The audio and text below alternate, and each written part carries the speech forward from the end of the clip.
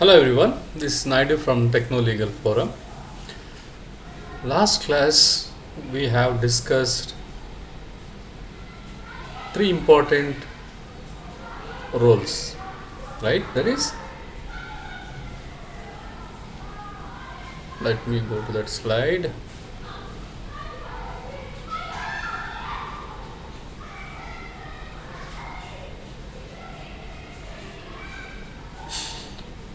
Data principal, data fiduciary, and data processor. This class will add couple of points for each of these three roles which I already discussed. Then we will cover the remaining three important stakeholders. Okay.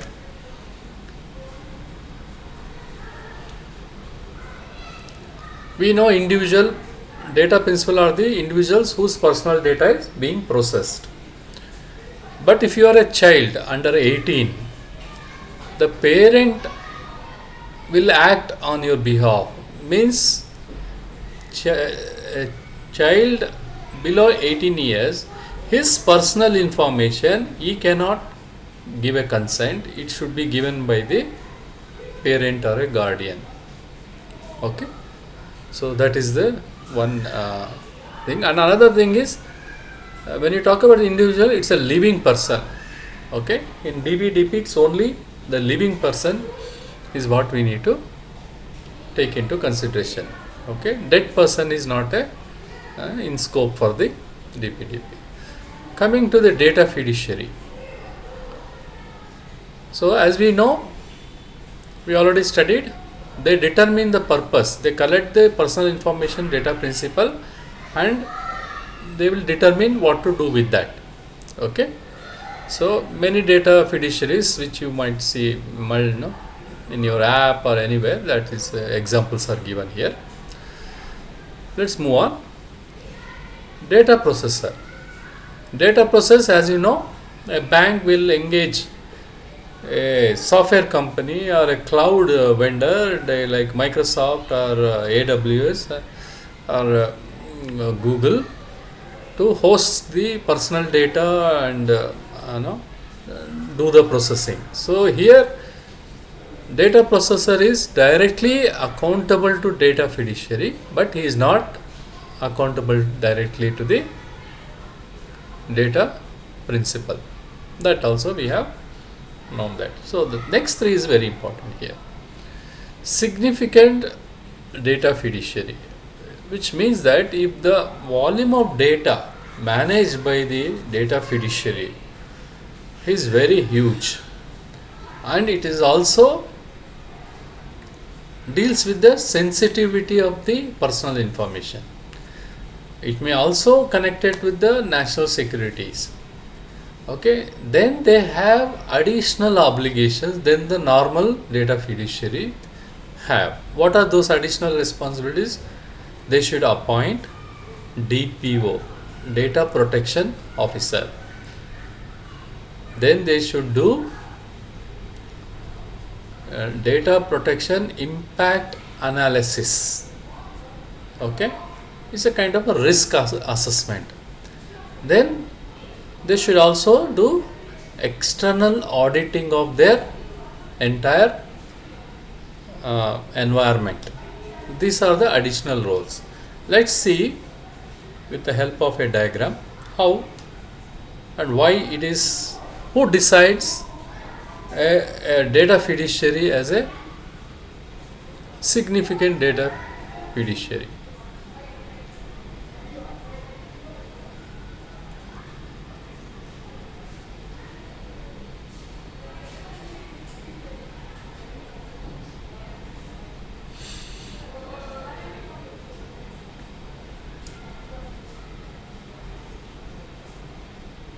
Let's take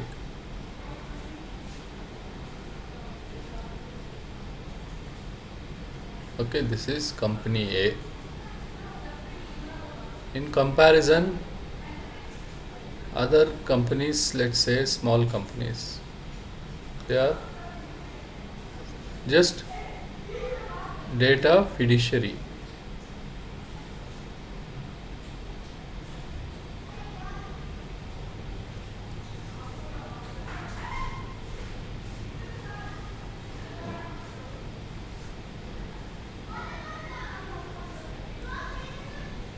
just data fiduciaries, small medium companies.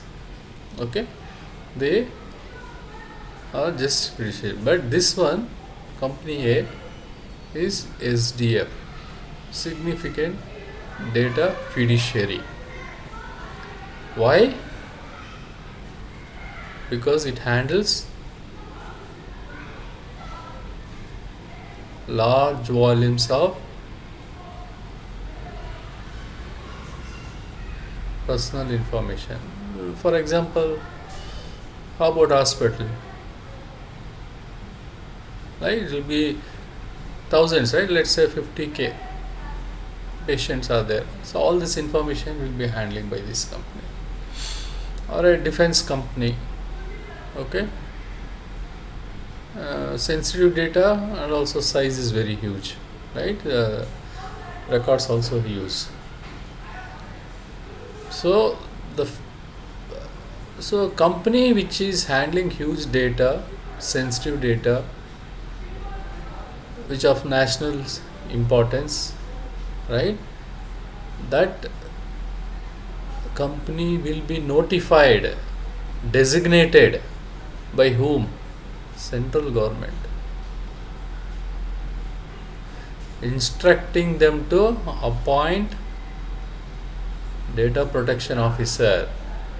See, this is an additional burden, but they can bear it because the revenue and no, they have the sufficient infrastructure, sufficient capacity to take care of this additional obligations. One is data protection officer.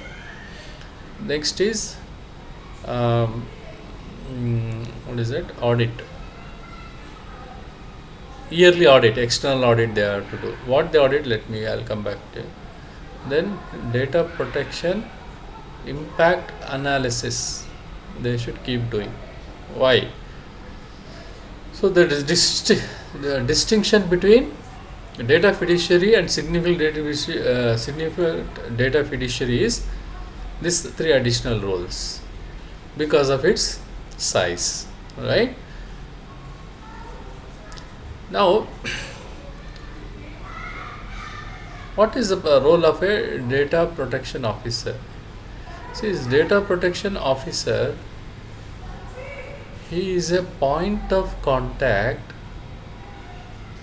to Data Protection Board of India, which is also set up as a part of the Act. Board of India. It will have a chairman and members. The Act itself provides to set up this board. It's like a final authority. So this person will act as a point of contact for data protection board, number one. Why he need to act? I'll tell you. We'll start with this only. We are talking about a huge volume plus, let's say, sensitive. Let's say, since I'm saying this is a hospital for an example, patients have health data, right? Health data is sensitive, right? What if this patients also from VVIPs, from defense personals, they are from judges, they are lawyers, and top positions. So they have their information is also there with this. Any breach, any leakage of the data will be a matter of concern for national security also, isn't it? Critical health information of the defense personals and other top executive, and also even the data principals, even the normal citizens whose sensitive health or diseases information is also critical.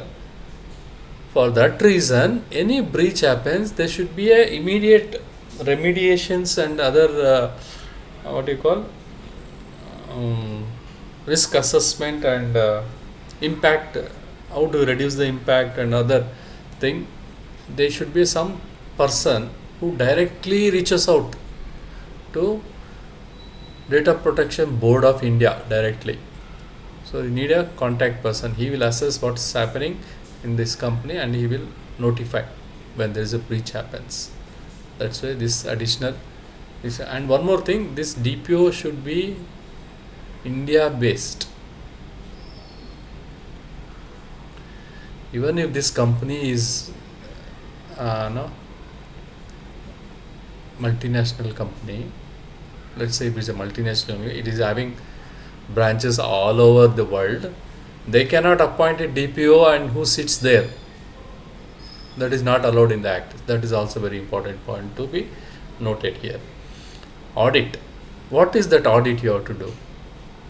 Since this organization, significantly Data Fiduciary organization, is handling large volumes of data, sensitive data, it has to ensure every aspect of the organization, like policies, procedures, infrastructure, IT infrastructure, what are the security aspects, like how data is protected, how it is saved, where it is saved, how it is getting backed up, what is the confidentiality options are enabled. All these things will be done by the audit, on a external audit, and they will keep providing the report to the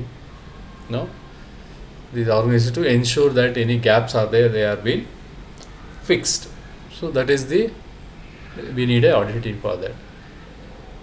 Data protection, data processing or data protection impact analysis. See, it is something like that. You should not see when the fire happens, you should not do the damage assessment. It is something like this. Before fire will struck your house, you have to do an assessment. If the fire gets stuck in my house, what are the possible risks? Means kind of loss in terms of money, finances, penalties, reputation. All these assessments they have to do ahead of time. That is nothing but your data protection impact analysis. If the personal data gets leaked or breached, what is the risk that we are going to face? Means significant data fiduciary is going to face. Based on that, they will identify the key areas within this organization. That is nothing but key infrastructure, and ensure enough controls, protections are enabled, strengthen everything they'll do. So they don't have to wait something happens and then you do the assessment. It's of no use. So that is the reason of we call it risk assessment. Actually, identify the risk before the risk happens. That is the very generic statement I can say. So all these things are the additional obligations of a significant data fiduciary. Okay, so few other points we will cover when we go into the in-depth of those respective sections. Let's go back.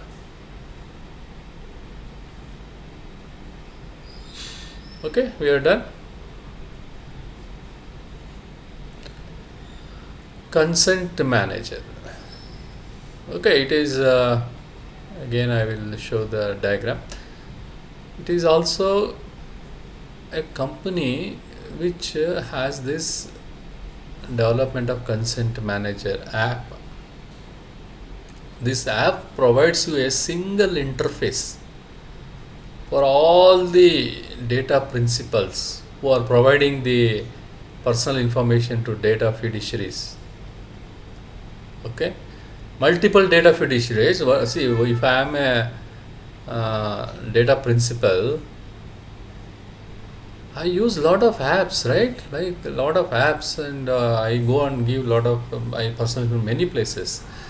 Like as I mentioned, food delivery, travel, and banks, hospitals, whatnot. So many will be there, right? Still, so many will be there. All this will be appearing in this consent manager. Okay, I'll show you that consent manager how it looks. So in that consent manager, you have the option to manage. Like I can review what and all I have given, for what purpose I have given, and I also have the option to withdraw the consent. The moment I withdraw the consent, it is an incumbent. It is a responsibility, duty of that data fiduciary to delete my data right away.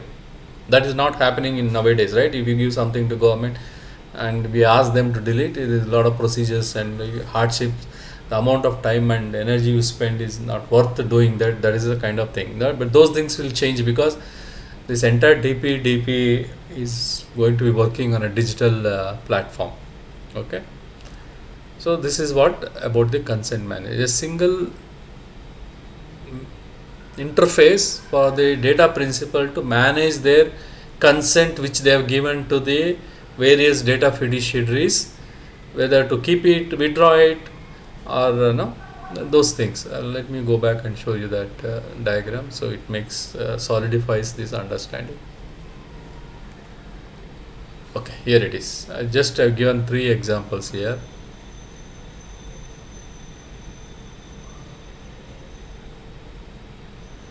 One is bank, one is hospital, and this is me. It's not there. I just generated this. Still, DPDP has to come into existence only in 2027 May. Hope it comes and it won't get postponed.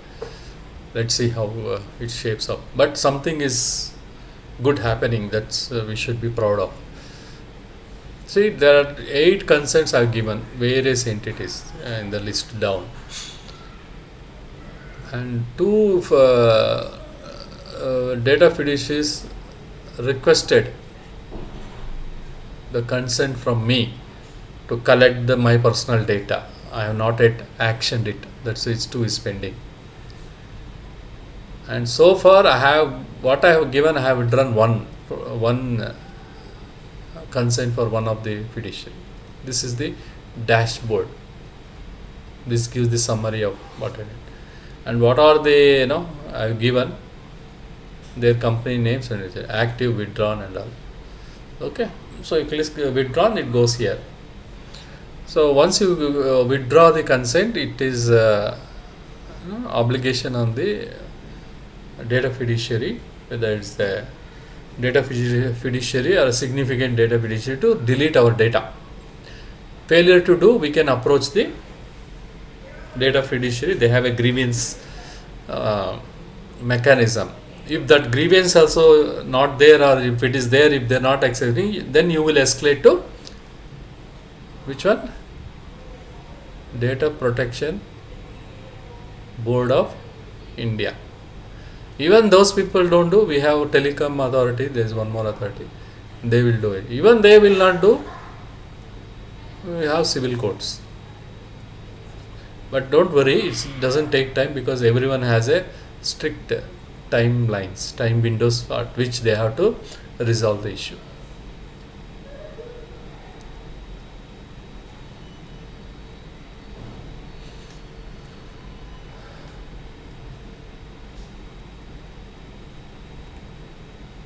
Okay, we are good with this. Done.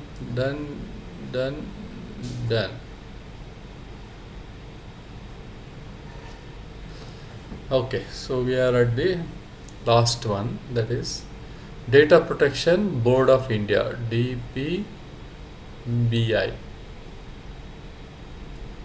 The Act itself, DPDP Act, under certain sections mandates to set up this board. So since Act is saying it, to set up this board, it is constitutional or a statutory body. It also means that government, it is not in the scope of the government whether to set up or not set up. It's a mandatory. If you are having a DPDP Act, then you should set up this board. This board will have a chairman and members. Members are experts in data. Okay, cybersecurity, data, and those members will be appointed. Their qualification, their salaries, their eligibilities, all these things will be prescribed in the Act itself. But the appointment is done by the central government. So central government has the appointment to whom to put there, but they have to put there because DPDP is owns to the Act. It owes its existence to the DPDP Act, not to the government. Okay. So what and all it will do?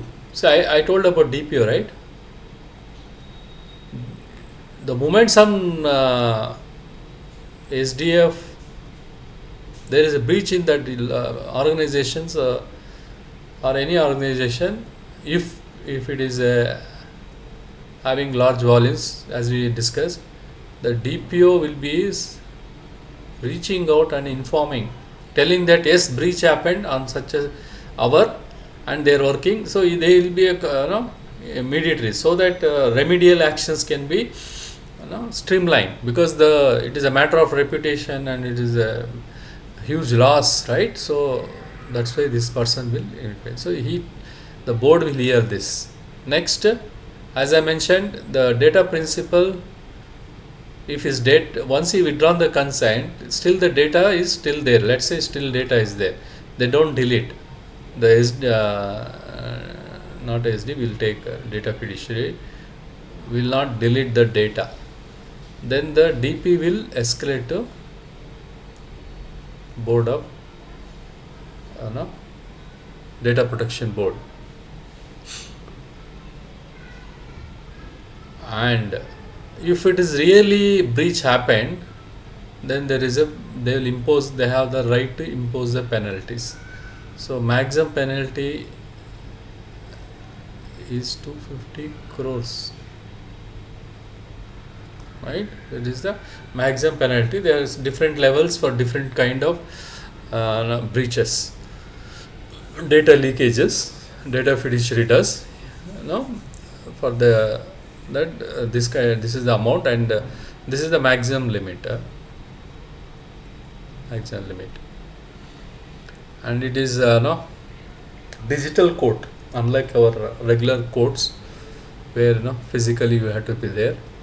Most of this adjudication hearings might happen through digital platforms, right? The moment you say digital platform, the speed of resolutions will be good, right? That is right. So another aspect of receiving complaints and other important point is okay, if the DPDP suo moto on their own, suo moto we call, right? Suo moto on their own, that is nothing but on their own, found out any data fiduciary or SDF significantly are not compliant with the DPDP provisions. One of the provisions is they should say data should be reasonably protected. Reasonable security need to be established in the organization. One of the obligations I am telling, apart from so many obligations. If they found it on their own that such a decision, they will impose penalty. So they can take action on their own. They need not be a passive body where they will only act on the complaints. It's not like that. They can act on their own, like a civil court. They can take action if such a organization is not fulfilling its responsibilities. Okay.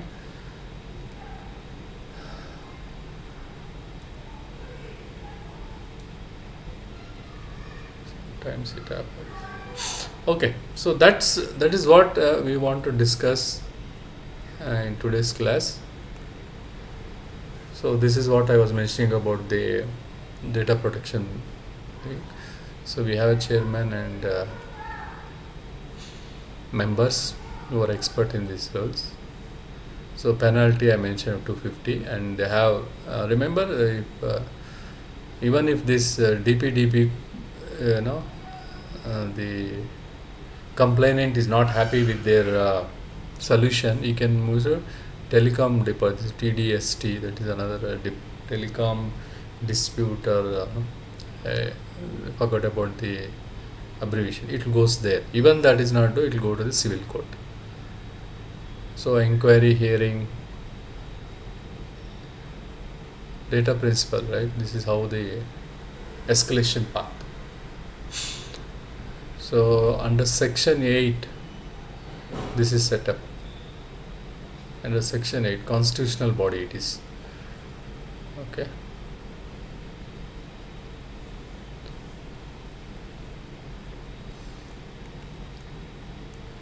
Now we'll take up this in the next class, but very briefly I will explain what is the structure of DPDP. DPDP has total how many chapters? 2, 3, 4, 6 chapters, right? And 44 sections. The entire DPDP has 6 chapters and 44 sections, and you have in each chapter number of sections are there, and each we will going to study each section wise. What does this section means, how it is connected with the rest of the things. Those discussions we will do in the next class. Thanks for joining this call. Have a good rest of the day. See you then. Bye.